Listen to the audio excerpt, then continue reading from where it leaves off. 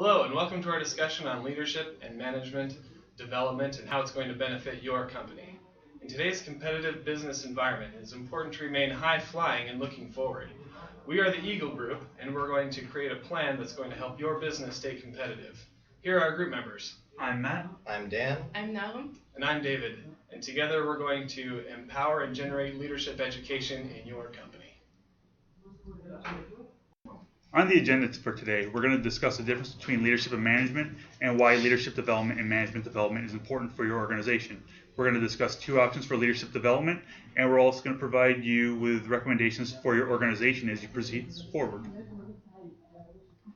Leadership development focuses on developing the necessary individual abilities and attitudes to be a leader. The success of a leadership development program is linked to individual learner characteristics, the quality and nature of the leadership development program, as well as the genuine support for behavioral change from the leader supervisor.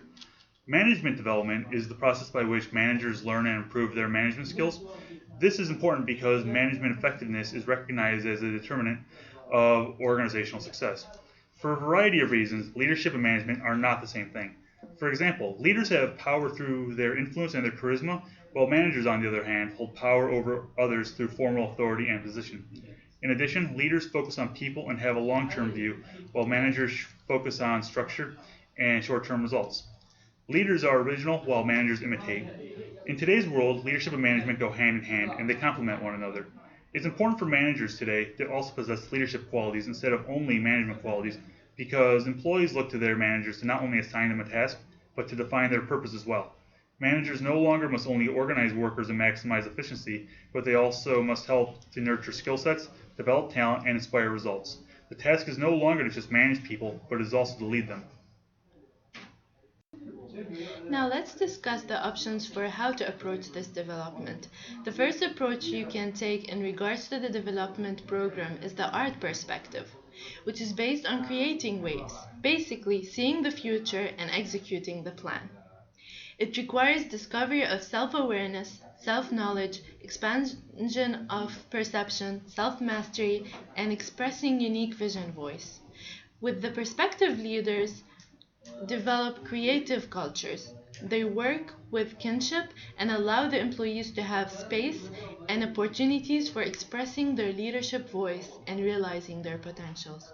They also encourage learning and education as an ongoing process. When using assessments, they invite inquiries and questions and evaluate quality of attributes within the team members, not as a diagnosis tool or categorizing and defining employees. Also, they are honest with their employees and have them pursue a vision and same time give them guidance only when needed. Leaders empower employees in harnessing their aspirations. They provide coaching and mentoring, basically playing an active role in creating the leaders. Finally, they cross boundaries, barriers, and are always willing and flexible to change.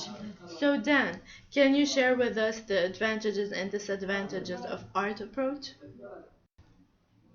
Some of the advantages of approaching leadership development as an art are that your end result will be individuals that are able to express themselves more freely, and consequently, these individuals will be able to function well in a culture that is constantly changing.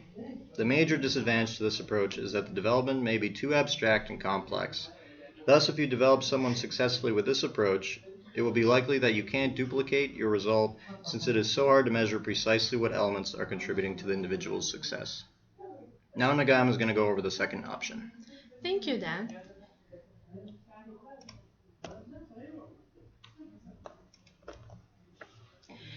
The second approach you can take in regards to the development program is the science approach.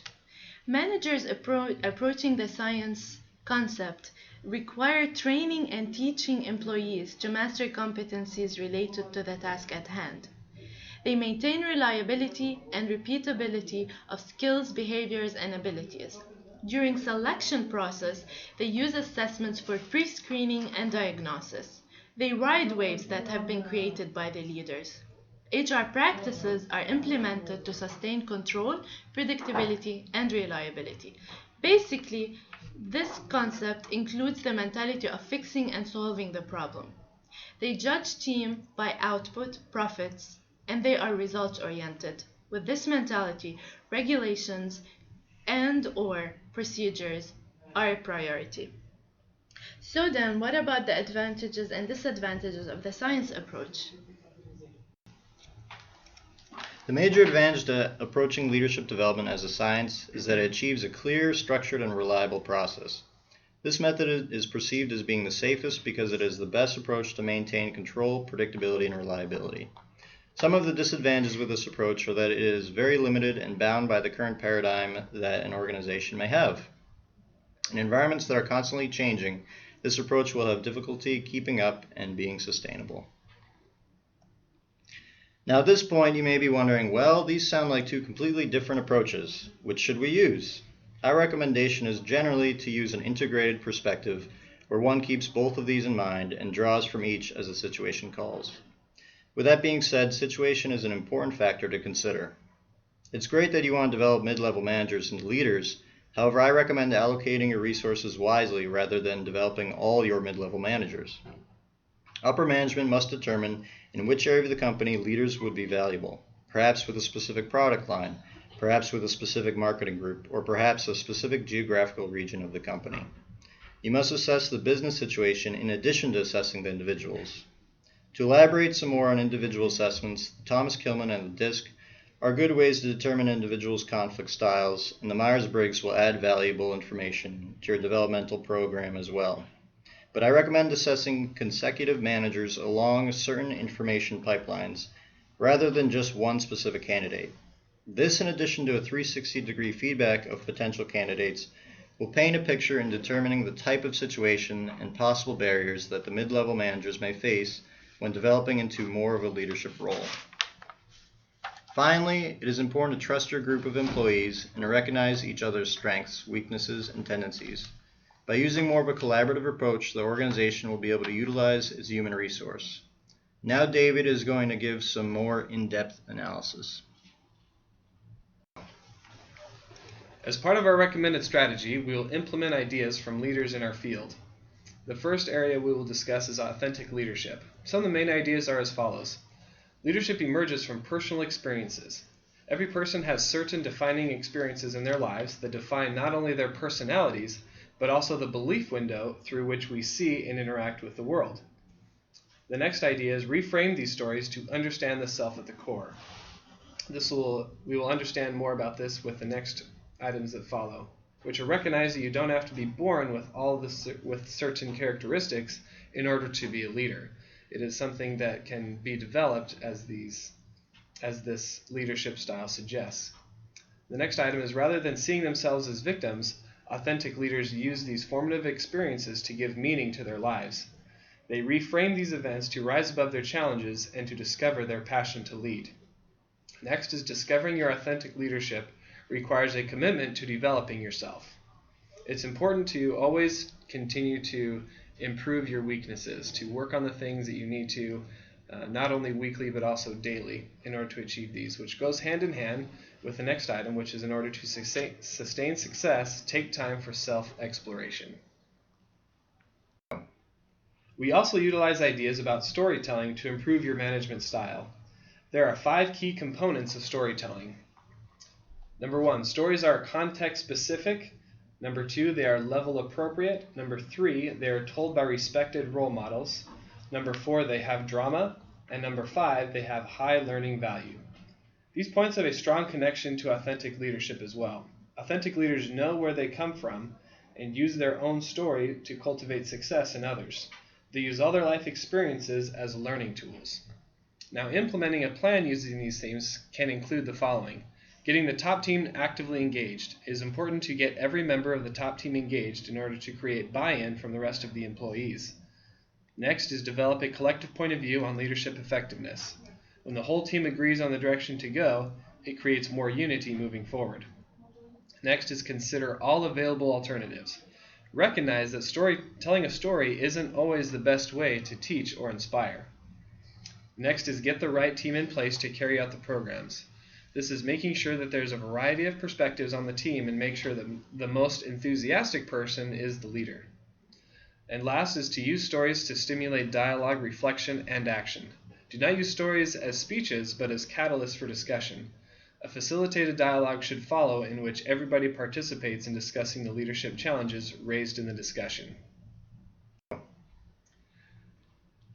So far, there are 3 things that need to be considered. Number 1, realize that you are working with human beings and not machines. Number 2 is the integration of art and science. And number 3 is failure is a part of success. And right now we'll discuss a few suggestions on dealing with failure.